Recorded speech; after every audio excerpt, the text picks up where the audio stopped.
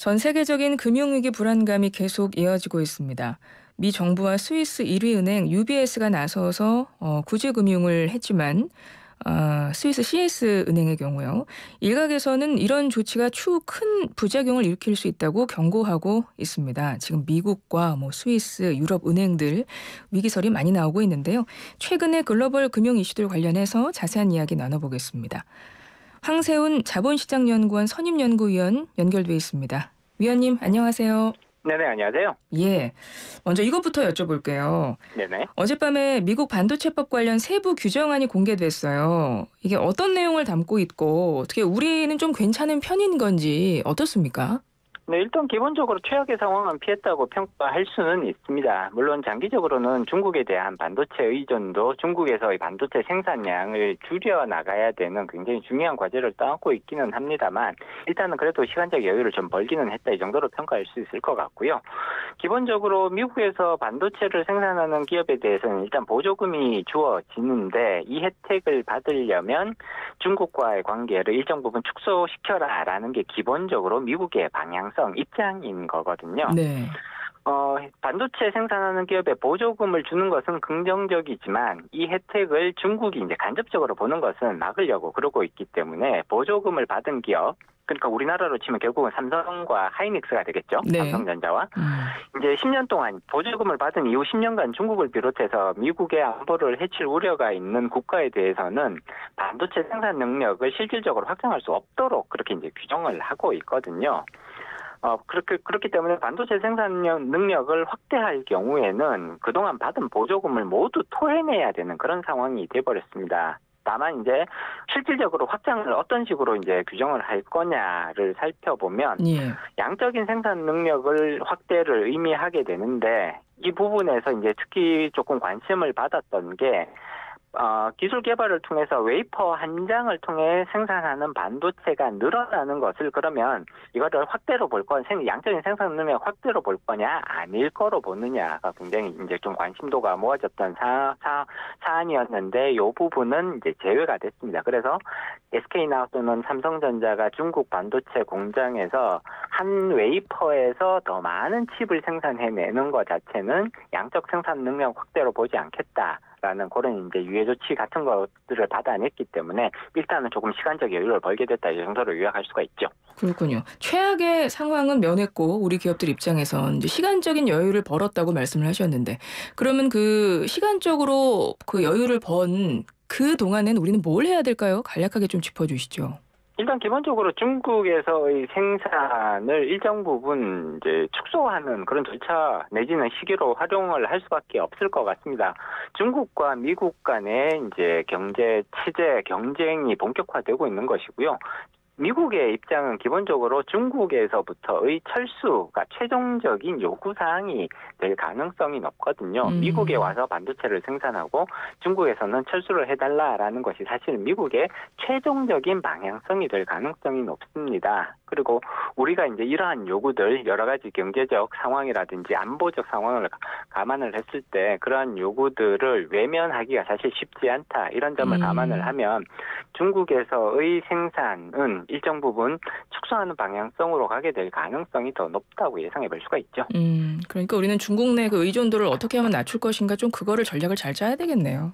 네네, 그렇습니다. 예. 자, 이제 글로벌 금융위기, 은행권의 불안과 관련해서 좀 질문을 드릴게요. 지금 은행 파산 여파도 이어지고 있는데 제넷 옐런 재무장관이 이런 이야기를 했습니다. 은행 시스템이 일단 안정되고 있다. 이런 이야기를 했다고 하는데 근데 또 은행 위기가 더 악화될 경우에 예금에 대한 추가 보증을 제공할 준비가 돼 있다. 이런 이야기를 했대요. 이게 어떤 의미가 담겨 있을까요? 네, 일단 기본적으로 제넷 옐런 재무장관이 은행 시스템이 안정되고 있다라고 얘기는 했습니다만 이건 어떻게 보면 약간의 희망사항과 같은 것이거든요. 지금 현재의 상황이 완전히 안정되어 있다고 평가하기는 어렵고요. 추가적으로 불안이 확대되는 것을 사전적으로 좀 차단해보고자 하는 그런 의도의 발언 정도라고 해석하는 것이 오히려 더 합리적일 것 같습니다. 일단 옐런 미국 재무장관은 이제 21일 어제죠. 이제 상황이 전반적으로 안정되고 있고 미국 은행 시스템은 여전히 건전하다. 그리고 만약 작은 은행들이 대량 예금 인출 사태를 겪게 된다면 그리고 이것이 다른 은행들로 전염된다면 추가적인 구조 조치를 반드시 취하겠다라고 밝혔습니다. 다시 말해서 은행 위기가 더 악화될 경우에 현재 강화하고 있는 예금자 보호, 전액 예금자 보호 조치죠. 예. 모든 은행에 대해서 실시하겠다라는 의지로 충분히 해석이 가능한 거거든요. 따라서 이런 부분들은 지금 당장 은행 시스템이 완전히 지금 안정화의 단계로 넘어가고 있다라는 그런 이제 상황에 대한 평가라기보다는 향후 발생할 수 있는 추가적인 불안 요소들을 재무부와 연준이 충분히 컨트롤할 수 있으니까 더 이상 불안해하지 않았으면 좋겠다라는 이제 사전적인 시장 안정을 위한 선언적인 메시지 정도로 해석을 하는 것이 오히려 더 합리적입니다.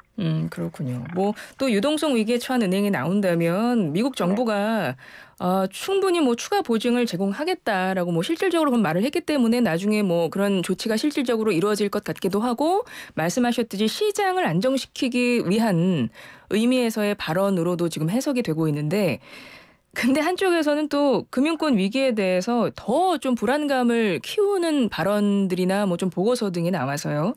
네네. 예를 들면 일론 머스크 테슬라 CEO 같은 경우는 글로벌 금융 위기 관련해서 대공황이 올 것이다. 뭐 이런 경고를 했다고 하고요. 그리고 네네. JP 모건 체이스의 한 애널리스트가 이제 보고서를 냈는데 거기에는 이제 민스키 모멘트에 닥칠 수 있다. 이런 경고를 했다고 합니다. 이것도 뭐 금융 시스템이 붕괴하는 시점이라고 하던데 이런 그렇습니다. 것들을 어떻게 해석해야 될까요? 어떤 의미가 있는 지금 발언일까요? 지금 이제 약간 낙관적인 전망 해석과 비관적인 해석이 양쪽에서 지금 다 나오고 있는 거거든요. 예, 정책 당국자 입장에서는 당연히 낙관적인 그런 메시지를 주고 싶어 하겠죠. 그렇지만 시장에서는 이제 직접적으로 비즈니스를 하시는 분들의 입장에서는 저 정도를 가지고 과연 해결이 가능할까라는 그런 조금 걱정, 우려들이 커지고 있는 것도 사실입니다. 일론 머스크 테슬라 CEO 같은 경우를 보면 연준이 이제 곧 내일 이제 기준금리 결정을 앞두고 있는데 예. 소셜 미디어를 통해서 금리 인상을 중단하는 것에서 이제 끝날 것이 아니라 오히려 금리 인하가 필요하다라는 주장을 하고 있거든요. 만약에 연준이 그런 적절한 조치를 취하지 않는다면 미국 은행들의 붕괴를 막기가 어려울 수 있다. 만약 이렇게 막지 못하게 된다면 결국은 대공황이 올 수도 있다라는 그런 이제 지적을 하고 있습니다. 그리고 이제 앞서 이제 말씀하셨듯이 미국 대형 투자은행 JP 모건에서 이제 은행권의 위기와 지정학적인 충격 그리고 이제 중앙은행 정책에 대한 불확실성으로 인해서 앞서 말씀하셨던 민스키 모먼트가 올 수 있다. 결국은 금융 시스템이 전반적인 붕괴 시점에 도달하는 그런 순간이 올 수 있다라고 경고를 하고 있습니다. 중앙은행들이 현재에 있어서 위기 확산을 차단하는 데 성공하더라도 결국은 시장에서의 자금 조달 여건이 계속해서 나빠질 가능성이 높기 때문에 균열이 계속해서 이게 확대되는 것을 막기가 상당히 어렵다라는 이런 비관적인 전망을 내놓게 되는 건데요. 예. 물론 현재의 가능성에서 이제 당연히 시장이 굉장히 불안한 상황이기 때문에 긍정적인 전망, 낙관 전망, 비관적인 전망이 다 나올 수가 있습니다. 다만 지나치게 비관적인 전망을 가져가는 것은 이게 투자자들의 심리가 시장의 앞으로 진행 방향에 사실은 굉장히 크게 영향을 미칠 수가 있거든요. 예. 조금 더 긍정적인 전망을 가지고 시장을 바라봐 주는 것이 오히려 더 도움이 되는 그런 상황이라고 평가는 할 수가 있습니다. 신중하게 접근하되 너무 비관적으로 흐르지는 말자. 라는 그런 메시지들을 내보내는 게 오히려 더 필요한 시점이라고 볼 수가 있죠. 알겠습니다. 사실 뭐 미국, 뭐 유럽 은행이 일단 파산과 뭐 유동성 위기 이런 일들로 인해서 우리도 이제 매일매일 그 이제 보도를 보지만 실질적으로 지금 우리는 이제 국민연금이 좀 불안하다 이런 생각을 좀 하게 되는 것이요. 네네. 관련 은행 자산을 국민은행이 많이 대거 보유하고 있더라고요. SVB라든가 또 이제 UBS에 인수된 스위스 크레디트 스위스 채권도 갖고 있고 시그니처 은행 주식도 뭐 갖고 있어서 총 2,700억 원어치 자산을 보유하고 있더라고요. 국민연금이. 네네. 이거는 어떻게 해야 될까요?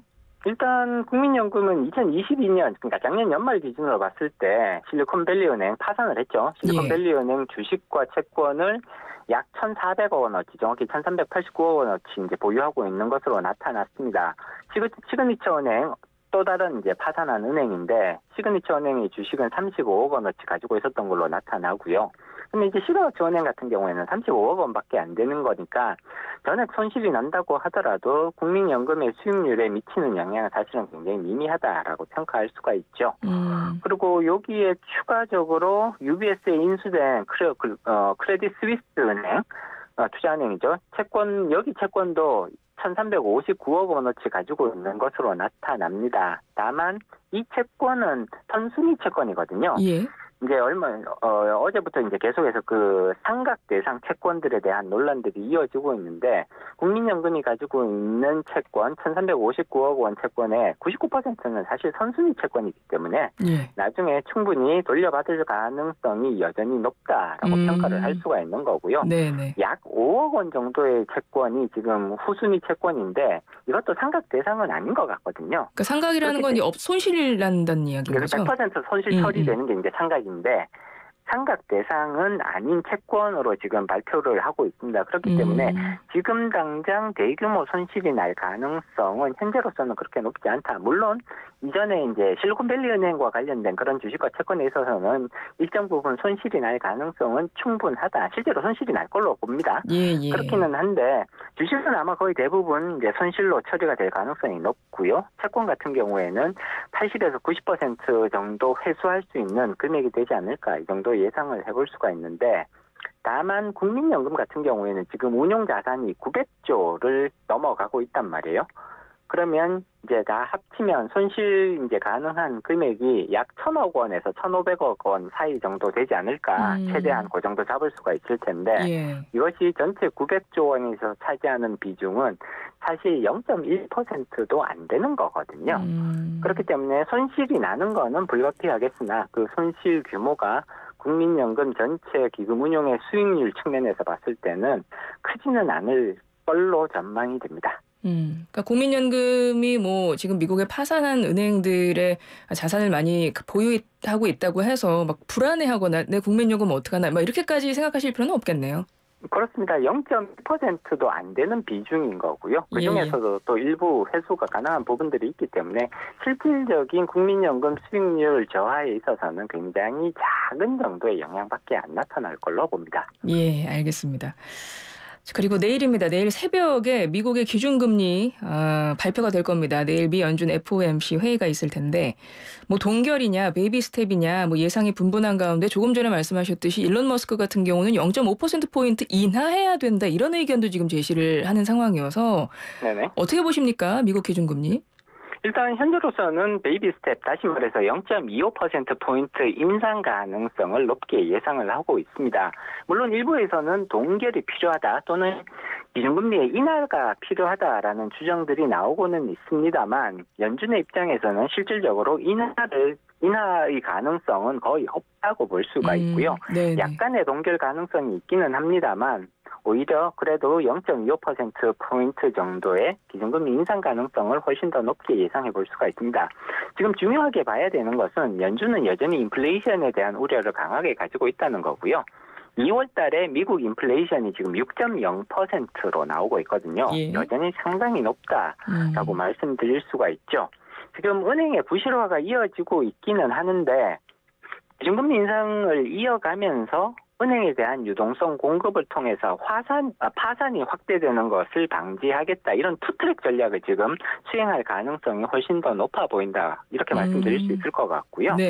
그다음에 연준은 1970년대 후반에 통화 긴축을 그때 굉장히 인플레이션이 높았었거든요. 그래서 그때 통화 긴축을 이제 집행을 하면서 결국은 인플레이션을 잡았는데 그 과정에서 인플레이션의 통제라는 것이 결코 쉽게 달성되는 것이 아니라 굉장히 큰 비용을 치러야 잡을 수 있다라는 것을 학습을 한 적이 있습니다. 그렇기 때문에 지금 시그너처 은행이 파산을 했고 SBB, 실리콘밸리 은행도 파산을 했는데 이러한 은행들의 파산이 결국은 통화정책의 변경 요소가 된다라기보다는 오히려 그 인플레이션을 잡기 위해서 지불해야 되는 비용 요소로 인식할 가능성이 오히려 더 높다고 현재까지는 해석을 하는 것이 타당할 것 같고요. 그렇기 때문에 0.25%포인트 베이비 스텝 인상의 가능성이 더 높다고 예상해 볼 수 있습니다. 예, 알겠습니다. 끝으로 한 1분 정도 남았는데요. 요거 하나만 여쭤볼게요. 이번에 SVB 사태에 불거진 걸 보면서 그 예금 보호 한도에 대해서도 좀 많은 분들이 생각을 한번 해보셨을 것 같거든요. 네네. 미국 같은 경우 이제 보호 한도가 한 3억 넘었던 것 같은데 계좌당. 지금 국내 그렇습니다. 같은 경우는 예금 그 보호 한도가 5천만 원인 걸로 알고 있고 이게 꽤 오랫동안 유지되어 있는 액수로 알고 있거든요. 네네. 이 부분은 어떻게 생각하십니까? 이거 좀 올려야 된다. 지금 시기에 좀 맞지 않다. 이런 의견이 있는 것 같은데요. 네, 일단 지금 이제 5천만 원 한도로 예금자 보호가 이루어지고 있는데 이 기준을 조금 높이는 것이 오히려 합리적이라고 평가할 수가 있습니다. 금융 시스템의 안정성 확보 차원에서 예금자 보호는 지금보다는 더 두텁게 가져가는 것이 합리적이라고 봐야 되는 거고요. 지금 23년째 5천만 원에 묶여 있거든요. 네, 근데 네. 그 23년간의 경제 규모 확대, 그다음에 소득 수준 상승을 감안한다면, 그리고 또 해외와의 격차도 지금 많이 벌어져 있거든요. 네. 따라서 예금자 보호 수준은 지금보다는 훨씬 높은 수준, 예를 들어 한 1억 원 정도까지 상향 조정하는 방안을 검토해 보는 것이 오히려 더 합리적인 접근 방식이라고 볼 수가 있죠. 네, 알겠습니다. 위원님 여기까지 말씀 듣겠습니다. 고맙습니다. 네네, 고맙습니다. 지금까지 황세훈 자본시장연구원 선임연구위원이었습니다.